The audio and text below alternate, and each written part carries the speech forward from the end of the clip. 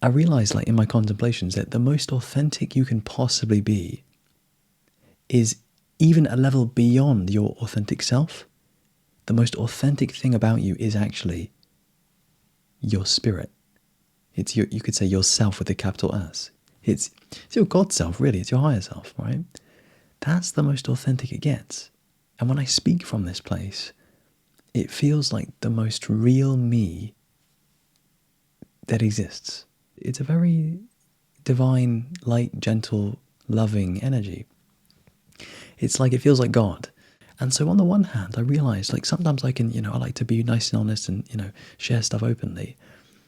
But then also I realize that there's like a level deeper of who I am. And I'll be honest, man, I don't always have it. I have to do a lot of work to forgive myself when I don't, feel super conscious. Like, same thing for you. If you don't feel conscious, forgive yourself. Love yourself, man. It's okay. I used to really beat myself up about, like, being in a low state. Even if you're doing the right things, sometimes it just happens. Sometimes the mind is just really noisy. For me, sometimes, like, I just don't feel it. And I'm just like, I feel cut off from it right now. I feel disconnected from it right now. But you know what gets me back? It's facing truth. Literally, you know what it is, really?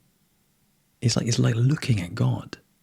I don't mean a religious God, I mean your higher self. What I can see now is, like, literally just having a conversation with someone and being present with them. Yeah? Here's a lifelong principle for you. Only have one conversation at a time. Yeah, because if you don't, this won't work. Yeah? When you have a conversation with someone, even if you're not fully there, if not fully present, that's okay. Just start being present. Just say, okay, no, I'm going to do my best. Look them in the eyes and just drop into the conversation. And what will happen if you do this correctly is, believe it or not, even this can raise your consciousness. Because when you look at someone, you could understand it's not a normal, it's not a human thing. It's actually spiritual. Yeah? It's taken me a long time to get to this point where I have that kind of understanding, that kind of perception of a conversation. It's actually a spiritual thing, because looking at someone, first of all, being with someone is quite spiritual, because, like, get this ready. You might be like, why? Get this. It's because the other person is the universe, and so are you. And when you look at each other, the universe looks at itself. And if you slow yourself down when you do that, and you both become conscious especially, you will feel energy. You will feel presence. And don't worry about the part of you that's like, oh no, I'm not sure about eye contact, not sure about, super intimate conversations. Dude, I used to absolutely hate this stuff because I was an ego. I was an avoidant ego. Yeah. I basically realized now, like, I just didn't used to, like, want to go near truth and spirit and God, because it freaked me out, dude. For me, that used to be the scariest thing in the world. I would avoid that. I would, just divert my eye contact because it was a bit too much. Now I'm like, no. It's safe. It's okay. You're safe. Yeah?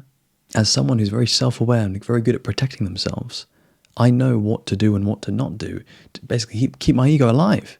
I now realize that it's okay to have these kind of conversations and these kind of, like, close, intimate experiences, and basically these experiences of facing truth.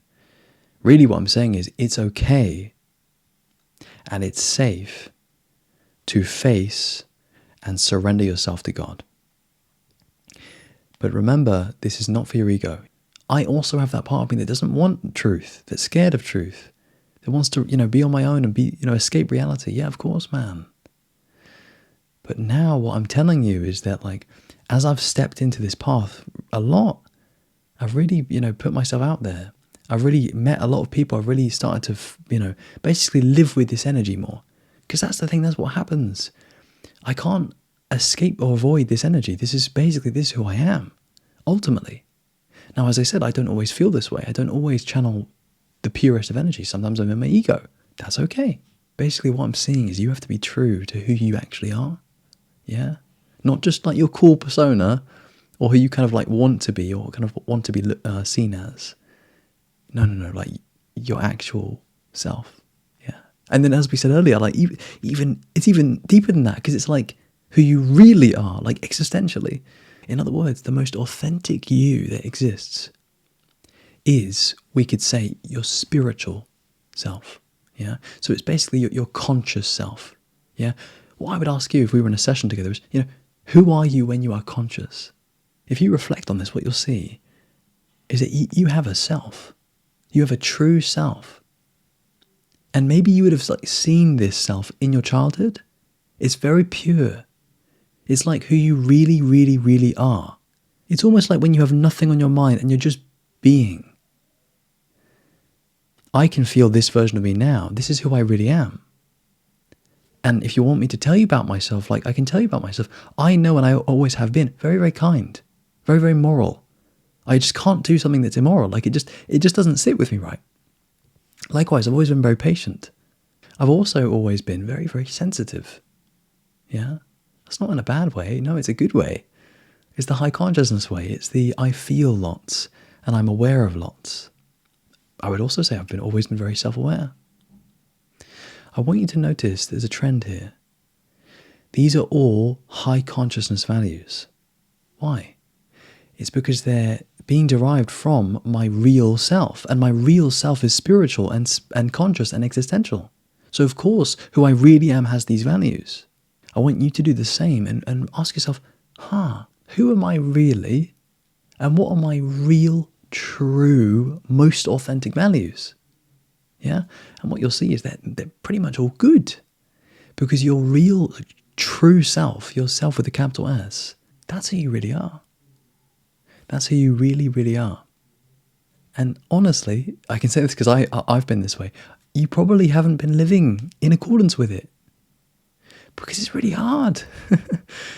Not only is there the illusion of ego, like not only do you feel that you're something else. Well, actually, I'm going to challenge that. No. You know who you are. You know you are this way. You know when you feel yourself, you feel how you feel. You feel conscious. You feel, it might be loving. It might be just kind. It might be selfless. It might be creative. That's the whole thing. You might be super creative, man. I guess the main thing to notice is just see, have I been away from it for ages? I struggle to channel myself, who I really am, when I'm not living, but I'm not doing anything, when I'm not living consciously. Yeah, because you got to, have you noticed that sometimes life calls forth this version of you, and you just show up. It just kind of comes through you. Yeah?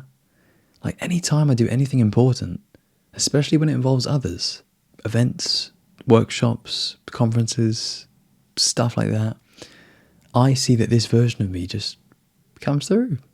And I'm like, wait, whoa. I learn about myself more because I realize, wait, this is who I really am. It's almost like I lost myself for a bit. And man, when you feel it, you're like, wow, I don't have any problems anymore. Not the mentally constructed problems, at least. Because when you tap into your spirit, you don't really have your mind. You might a bit, but not as much. And you become really sensitive to how basically all your problems are just part of your mind, right? You just think them up. And I also want to say, I'm not always going to be like this. Because what I've realized is my experience as a human being is like this. It's all the way up and it's all the way down. It includes everything. It's not just the high consciousness, divine, gentle, loving energy. Sometimes it's like that, but sometimes it's like down here. And so what I'm learning to do is accept it. So don't judge yourself if you don't feel it all the time. Equally, use it and make a difference. Okay, well, cool things there. If you'd like any help from me personally, one-to-one, I do offer coaching and mentoring. If that interests you, you can see the link in the description. You can book a free call with me. Otherwise, my friend, we'll wrap things up there. Lots of love. Take care. And as always, my friend, peace.